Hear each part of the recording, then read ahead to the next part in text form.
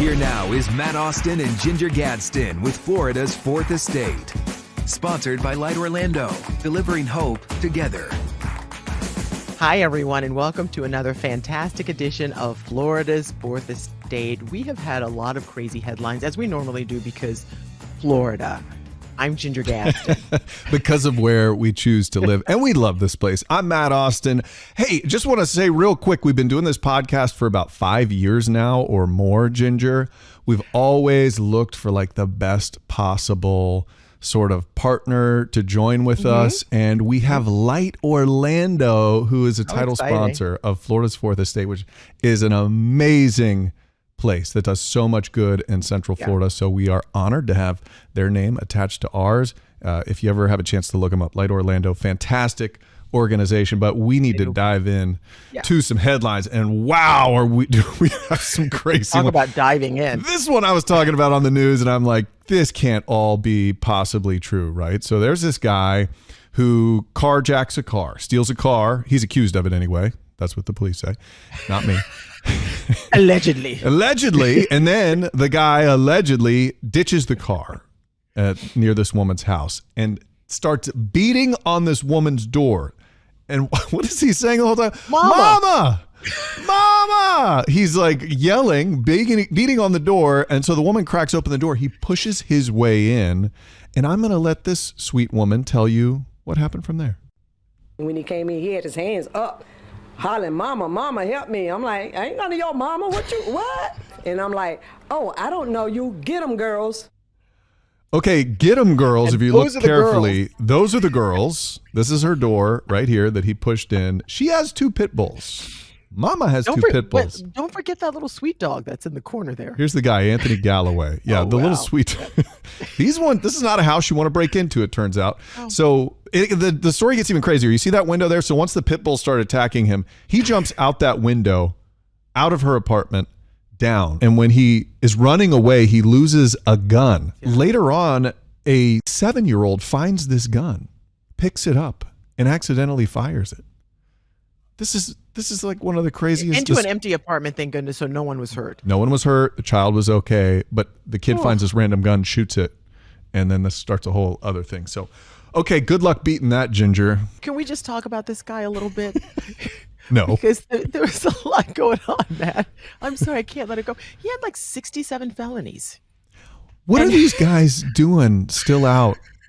How do you have 67 felonies and you're breathing normal air? But honestly, that guy should not have been out on the streets. He was dangerous. And thank goodness the kid who found the gun and shot it didn't hit another kid who he may have been playing with. So absolutely. And can we talk about the dogs for a second? Because you never know how a dog's going to respond. She said she hadn't trained them to do this. They just kind of knew something's wrong. And when she said, "Get them, girls," they got him. Those dogs knew, and this is why I love dogs, because they were protecting her. And people give pit bulls, which those dogs are, such a bad rap, but they did their jobs when it came to protecting their mama. That was their mama. She was not the mama of that guy at the door. Yeah. She was not any kind of mama for that guy. So moving on to a story I absolutely love. Can you imagine? This one starts with a carjacking as well, Matt, believe it or not. This is what they have in common. This happened in South Florida, though. Some guy carjacks a person, drives away with that person's car, realizes, "Oh, baby, how did you get here?" There's a baby in the car. So this person thought it'd be a good idea to take said baby and just put it out on the sidewalk, as you see there. And in Florida, as you know, it's 1,000 degrees. So they just put this child out on the sidewalk, and thank goodness someone came along, and not just anyone. It's a 16 or 17-year-old kid who instantly knew something was up. So listen to what he had to say. I just walked out the house, and then I saw a baby in the road. There's a baby in the road by itself. In the road. I know I said sidewalk, but look at it. I mean, sweet, cute little baby, and look at the blistering sun. And I love that this kid, even the soundbite we don't have is that they noticed he had a wet diaper. They changed his diaper. He went and got his mom, changed his diaper and everything. And so this kid gives a lot of credit to a powerful source. Absolutely. If it wasn't for God, I've never been here. God was to make me want to come outside. God did. And save the baby's life, probably. Yeah. was gone. For sure, a car could have come I along love and hit this that little so baby. much.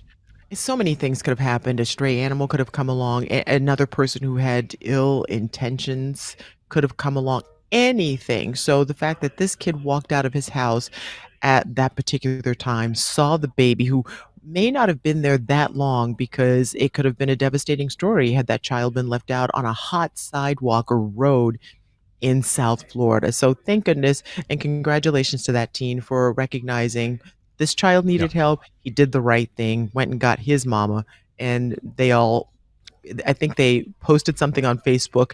The actual mom saw it. It's like, that's my baby.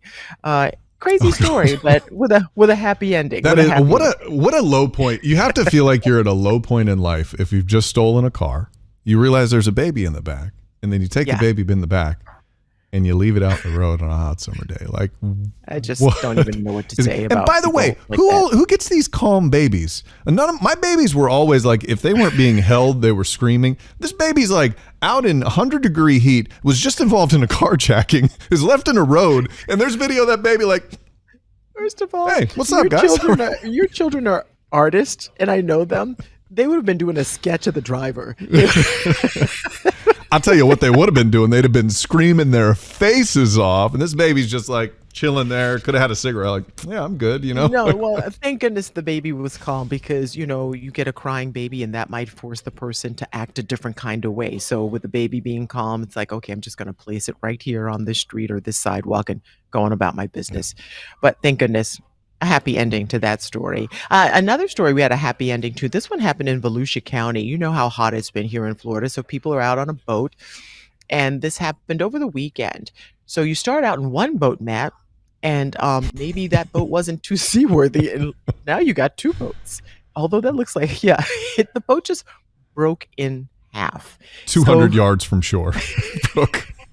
So lifeguards came out on their little water rescue. People were on paddle boards coming to rescue, and all about 11 people were rescued from this one, now two boats. No one was hurt, thank goodness, and they were not that far from shore. But anything, again, it could have been one of the stories that had a terrible ending because sometimes people on boats, not all of them know how to swim. We don't know the situation there, but they all made it to shore safely. Everything was fine. I just thought it was interesting. It's like, I'm in a boat. Yeah. Oh, now I'm in two boats. Now I'm in a bunch of boats. This feels like if I ever tried to build a boat, this is what would happen. Like they get 200 yards from shore, the thing just cracks in half. Thank God they weren't like 3 miles from shore where nobody could just see them. Like there's a paddleboarder out there like, oh, look at this. Boat just cracked. And they assisted in the rescue. So good on those lifeguards and everyone who came to help those guys get to shore because they all made it back safely. That they did. And we all know we're lucky to live in the state of Florida, but didn't know we were this lucky. So, there was that $1.5 billion jackpot that was won at a Publix in the neighborhood of Jacksonville. I think it was Neptune Beach. This one not as big, but $36 million now goes, and guess who gets it? A Publix just outside of Jacksonville. They win $36 million. They win $1.5 billion. Apparently, the next time I go buy a lottery ticket, it needs to be driving to Jacksonville. Outside of Jacksonville. Or have they used up all of their luck? No. I feel like they're on a hot streak. They're on a hot streak right now. But that's really, it's something we all, aspire to have happen to us. You win the lottery. Dare I say some people would even dream about winning the lottery. Yes. You can dream. You can dream. Okay. Speaking of dreams, coming up on the other side of the break, we're going to tell you what some of your dreams actually mean, not winning the lottery, but your real dreams. Like, have you ever been falling? Have you found yourself in public without pants? Like yes, I have that one all the time, but it's in real life.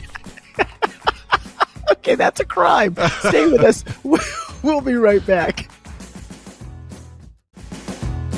Hey, welcome back to Florida's Fourth Estate. So glad to have you with us. And today, we're going to get around in your head a little bit. We're going to be analyzing your dreams. You ever have that weird dream that you wake up and it just kind of ruins your whole day? Well, there may be an actual physical reason behind it, Ginger. There's always a reason behind why we have our dreams, right? But now we're going to get some answers today because I feel like many of us have kind of a shared dream, like where you can't, for TV people, it's we can't find the studio. Oh, We I hear a hate that sound dream with and it. we can't find the studio, right? Or we're not dressed properly. So the person who's going to analyze all of that and fix our lives today is Jesse Lyon. He's so kind to join us now. He is a clinical hypnotherapist and a dream interpreter. I just find it fascinating because I feel like most people dream. Jesse, thank you for joining us. Ah, man, I'm so glad to be here. Thanks for having me on the show and for talking about dreams. It's what I love. It's what I'm passionate about. Like you mentioned, I do a lot of work with hypnotherapy, but I'm also a licensed mental health counselor, and I have a practice here in Central Florida. Yeah. Okay. So my first question is, do we all dream? Does everyone dream? Because people say, I never dream. And I find that odd. It is. It is. So everyone dreams. The research is very conclusive. The science has really shown that every time you go to sleep, you go through many phases of sleep. And in each of those, you actually have dreams. Those dreams can be different based on the phase, but everybody dreams. The big problem, though, is that many people don't remember their dreams when they wake up. And so it's a memory issue, not a dreaming or not dreaming issue. And that makes a lot of sense. And so if you're looking at this and you're saying, well, this guy is kind of dreamy, this is not your normal like when we booked this interview, right? And then somebody said, oh, he's on TikTok. So we look him up on TikTok. And I'm like, I'm expecting Fraser Crane with like a smoker's jacket and a pipe, but that is not what you get. You actually get this guy with this huge social media presence, more than 1.5 million TikTok followers. He puts together these fascinating videos and he has all these businesses happening in Florida. So it's really interesting to see who you are. So you're a younger guy who's kind of getting into this whole dream world, and you have found a lot of success online with your message, right, Jesse? Yeah, absolutely.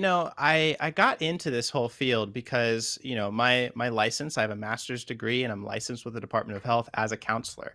And I work a lot with trauma. One of the big experiences, one of the symptoms of trauma are post-traumatic nightmares.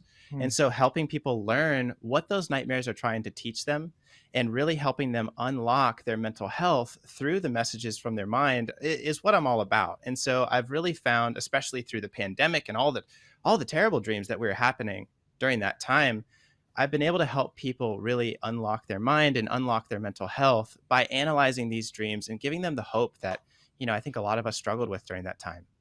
Yeah, what can people learn if they know what their dreams actually mean? How can that be helpful? Oh, so helpful. So have you ever had that situation where maybe you're anxious or maybe you're just a little bit down, but you don't really know why? Or you've tried this thing and you've tried that thing. Your counselor tells you this, or, your friend tells you that, but it just doesn't help.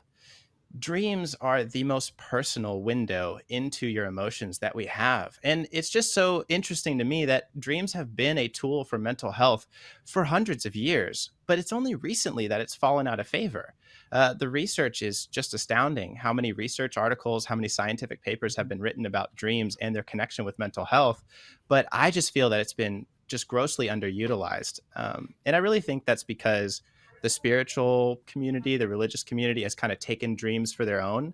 And so we've lost really the scientific backing for it, but there's a lot supporting it. Yeah. There's this perception that dreams are almost like your brain is misfiring and they don't really have anything to do with actual reality. But you're saying there are some actual physical things we can pull from this. So I want to go back to your YouTube page. And you have a lot of TikToks that are fascinating and real quick and snappy, but I want to play this, which is a piece of, just so people can see what you do while you're online and some of the topics you talk about. So here's Jesse Lyon. Lyon, Chief Dream Scientist at DreamApp, and I study dreams and their interpretation so you never have to wonder what they mean. If you're dreaming about your crush, here's 3 things you need to know and what to do about them. First, to borrow the famous quote from Disney, a dream is a wish that your heart makes. Dreams are overwhelmingly wishes that we want to see happen in our waking life. So if you're dreaming about your crush, it just means that you like them. But number two, on a deeper level, it makes you wonder, what is it about yourself that you feel like is insufficient, that you're idealizing this person? It really is a call from your unconscious self to explore who you really are and develop potentials that you haven't really realized. It's so fascinating because people think, oh, they just dismiss it. And I'm from the South, so we have all these superstitions surrounding different kinds of dreams. For example, I was always told that if you're falling in your dream, do not hit bottom because you won't wake up. So I can't tell you how many times I have shaken myself awake during a falling dream so I don't hit bottom because I don't want to die in my dream. Oh, no way. Really? Like that? That's so interesting. I've never heard anyone say that they shake themselves awake so they don't hit the bottom when they fall. I have heard so many myths about dreams. The falling is one of the most common ones. I have actually had a lot of people that I've worked with, both clients and those on social media, who not only do they fall and die in their dream because they hit the ground, but then they continue the dream as a ghost. And they wander around and observe people. And so, yeah, there's many people who have had that kind of experience. So the falling and, hitting the ground, big myth, it's not going to hurt you. But there is some really great research behind it. What we've researched and found is two things. There can be kind of a physical interpretation and there can be an emotional interpretation. The emotional interpretation is when we're falling, oftentimes our life feels out of control and we don't feel like we really achieved the goals that we set out to achieve. So we're falling from that peak of our success. But if it's more physical, and you can really feel this, those are the ones where you usually jerk yourself awake when you hit the ground. Those physical dreams actually happen because you're experiencing a blood sugar drop while you're sleeping. I think he just solved a medical issue for me because when I stand up too quickly, I almost faint. And so it is my blood sugar is low. Oh my goodness. Well, that makes total sense. Get that checked out. Yeah, we're dying. Go get a blood test right now, Ginger. Okay, so I want you to analyze our news anchor dream. Ginger and I have talked in the green room about this many, many times before. And it's crazy being a news anchor. And so I have this, it's like 4:59. I go on TV as a news anchor at 5 o'clock. All right. 4:59, I'm late. I start going through doors to get to the studio. I'm tearing through doors and it's the wrong room. And then I finally get into the studio and I'm like crawling to the desk and then I realize I don't have a shirt on. And I'm like, I can't.